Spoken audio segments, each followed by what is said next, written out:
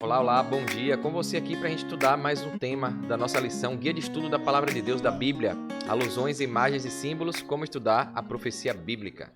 Hoje, o vídeo de quarta-feira, a gente vai falar aqui de um tema muito interessante, que é sobre os governantes das nações, né? A gente está estudando aqui as nações, parte 1, o tema da semana, já está chegando no finalzinho da semana, hoje, quarta-feira, e vamos ver o que é que tem reservado para a gente aqui nessa lição dessa semana, onde a gente está falando aí do povo de Deus, né?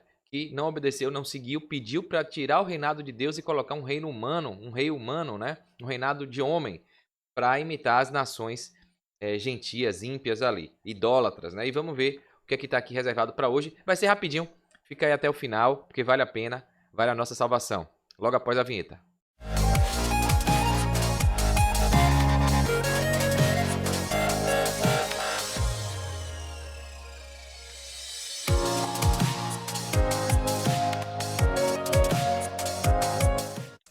Então vamos lá, né? Compartilhando aqui a tela como sempre eu faço. Tá aqui, quarta-feira, as nações, parte 1, é o estudo da semana, o tema. E hoje, 23, né?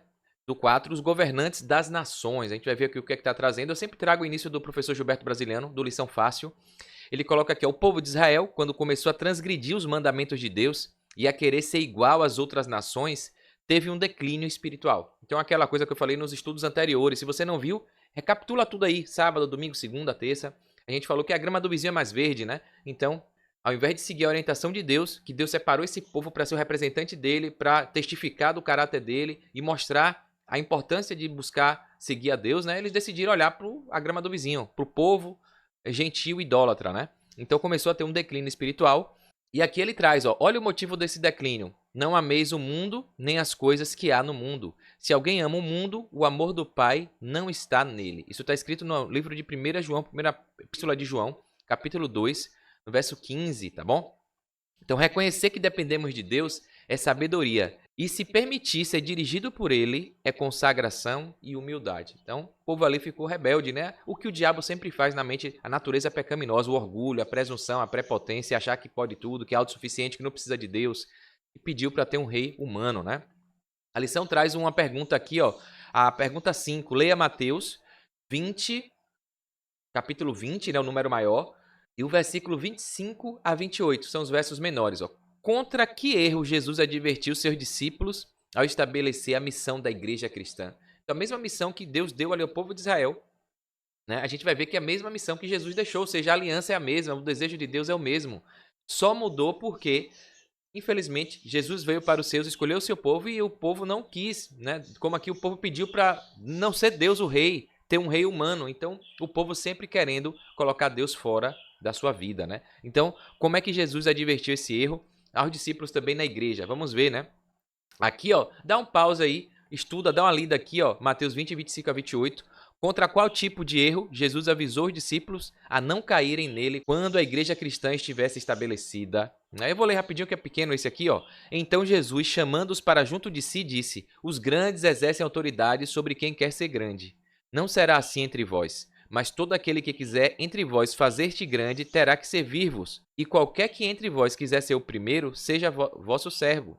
Bem como o Filho do Homem não veio para ser servido, mas para servir e para dar sua vida em resgate de muitos. A gente viu ali que quando Jesus falou de trazer o reino dele, o pessoal pensava que era um reino militar, um reino bélico ali, a destruir o Império de Roma. E como todo rei tem os seus conselheiros, os seus ali, né, líderes, cada um estava brigando, os discípulos estavam brigando para ver quem ia ser o primeiro, o melhor, que ia sentar à direita do rei, quem ia ter a melhor posição, o melhor cargo. Então veja os discípulos que estavam ali do lado de Deus, de Jesus, com a mentalidade pervertida igual às nações gentias, os ímpios, os idólatras, né? Estavam procurando saber quem ia ser o mais importante, o primeiro, o mais poderoso, né? Depois do rei, né? E aí Jesus dá uma tapa de luva, fala, não é isso, vocês não estão aqui para isso, para querer cargos, posições, para ser grande, para ser servido, né? Vocês estão aqui para servir. Então, já fica aqui esse alerta aqui, ó, explicando, Jesus advertiu a igreja de nunca procurar dominar ninguém, né, de querer ser maior que os outros ou ter parceria com a parte humana que dirige as nações, ou seja, se alinhar com alguém para ser grande, para ser poderoso, pois isso levaria ao orgulho e se esqueceriam da missão de servir para querer serem servidos, né? É fugir do propósito, né? E aí a gente vê diversas histórias na Bíblia que pessoas foram colocadas em altos cargos, em altos lugares, Isso não está dizendo, não é apologia para não querer ser bem-sucedido. Na verdade, quando você não quer isso para seu próprio benefício, Deus o coloca lá para glorificar o nome de Deus. A gente viu isso em José.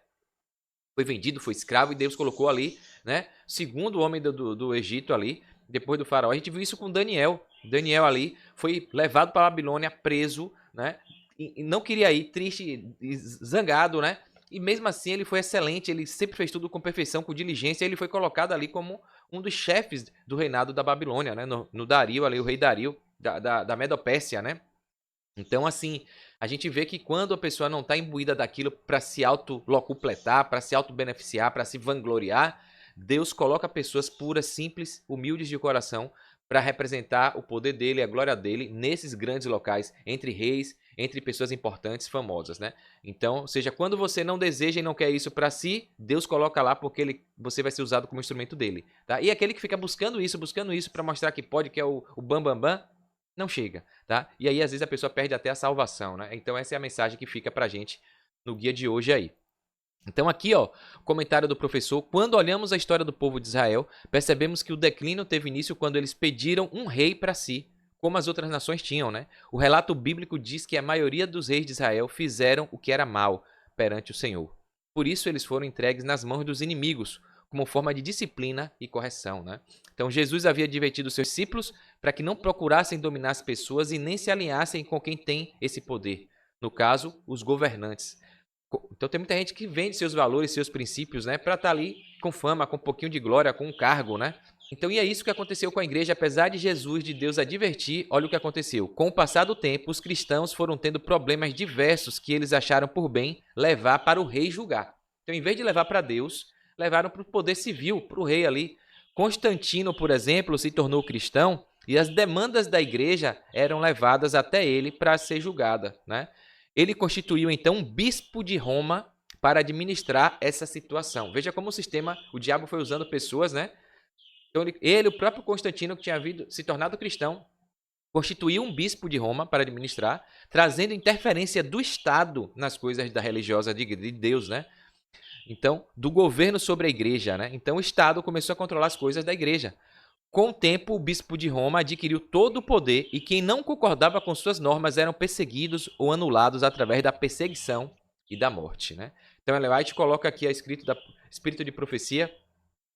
Quando se corrompeu a igreja primitiva, afastando-se da simplicidade do evangelho e aceitando ritos e costumes pagãos, perdeu o espírito e o poder de Deus. E para que pudesse governar a consciência do povo, que já não tinha Deus ali, não tinha o Espírito Santo, então as pessoas já não estavam nem aí. Então, para governar e manter esse povo ali, manipular no povo e, né, mantendo a obediência do povo, procurou o apoio do poder secular. Disso resultou o papado, que dirigia o poder do Estado e o empregava para favorecer os seus próprios fins, especialmente na punição da heresia, né? Então está no livro Eventos Finais, página 228. Então veja como é essa história toda aí, né, de por que os governantes das nações foram tendo aí poderes, porque a própria igreja deu, e aí chegou a esse sistema que a gente tem hoje aí, o establishment, né, o status quo, e daqui a pouco a profecia diz que vai se juntar, né, as duas bestas vão se juntar, o poder do Estado com o poder da igreja de novo vai surgir. Aqui na lição fala o seguinte, ó, a maneira como Deus se relacionava com Israel nos ajuda a compreender como ele lida com a igreja, né, antes, hoje e sempre, né? Em vários aspectos, os erros de Israel foram repetidos pela igreja. Longe de poderem reivindicar qualquer tipo de superioridade sobre o antigo Israel, os cristãos foram e ainda são susceptíveis às mesmas tentações. Israel pediu um rei, como a gente falou, né, que levou à queda moral da nação. Os reis se tornaram cada vez mais ímpios, até que Deus permitiu que os babilônios levassem seu povo cativo como forma de correção. Então, muitas vezes, Deus permite que o mal aconteça, que o pior aconteça, ele permite para educar. É uma lição pedagógica, didática, né? Se não vai pelo amor, vai pela dor, diz o ditado, né? Então Deus permitiu, porque eles se acharam que era todo poderoso, não precisava de Deus. Então Deus falou, então fique aí, já que vocês não precisam de mim, se defendam aí, vou deixar os babilônicos, os exércitos aí tomar. E tomaram tudo, né? Destruíram, ficaram escravos ali no Egito, na Babilônia, enfim. E aqui continua, o guia faz aqui, ó. Algo semelhante aconteceu na história da igreja cristã, embora os cristãos não devessem se organizar como uma nação gentílica. Quando Constantino chegou ao poder e professou ser cristão, os crentes ficaram aliviados. A perseguição havia terminado. Isso em si foi até uma bênção, mas os cristãos tiveram a ideia de que poderiam explorar o poder do imperador em seu próprio benefício. E aí começou, né? gradualmente constituiu esse bispo aí que a gente acabou de ler. Israel se voltou à adoração de ídolos e seus reis foram corrompidos pelo desejo de poder, a ponto de oferecer crianças aos ídolos pagãos, né? Imagina, né? Sacrifício de criança.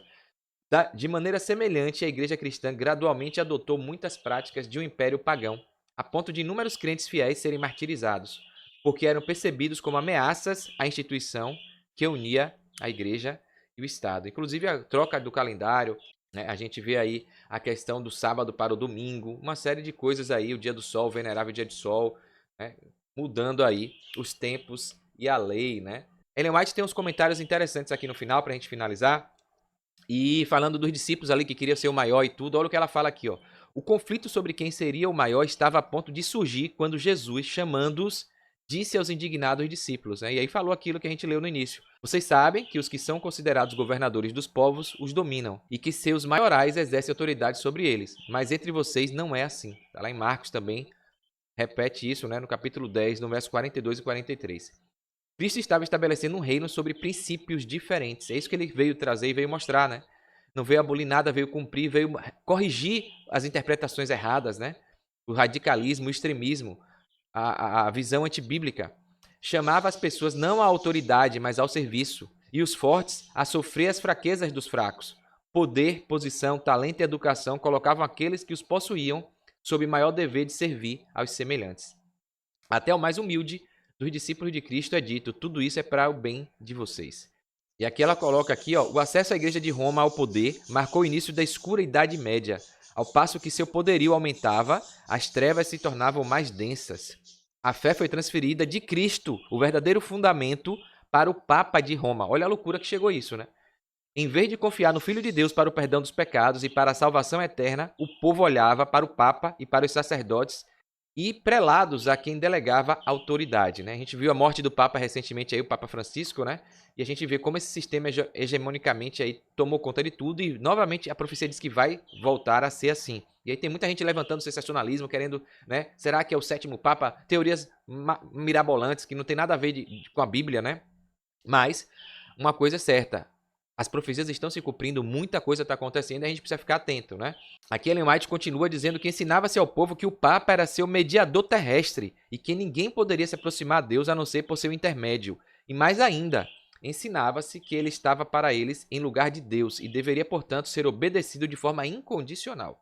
O pecado se disfarçava sob o manto de santidade. Então o diabo usa pessoas e cria sistema para se opor a Deus, para tomar o lugar de Deus. Era o que ele sempre quis ir lá no céu, se substituir, ficar acima das nuvens, acima do Altíssimo, ser adorado acima de Deus. E é isso que ele usa, esse sistema papal, para colocar um substituto para Deus na terra, para perdoar pecado, né? Então é o pecado se disfarçando de manto de santidade. E tem gente que agora vai ao Papa, ora ao Papa, se confessa ao Papa, né?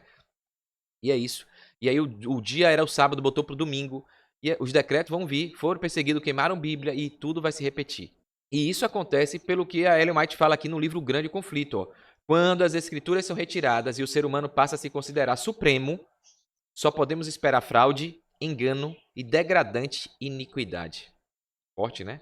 Com a exaltação das leis e tradições humanas, tornou-se evidente a corrupção que sempre resulta de se abandonar a lei de Deus. E a lei de Deus aqui fala do decálogo, dos 10 mandamentos que representam o caráter, a personalidade de Deus.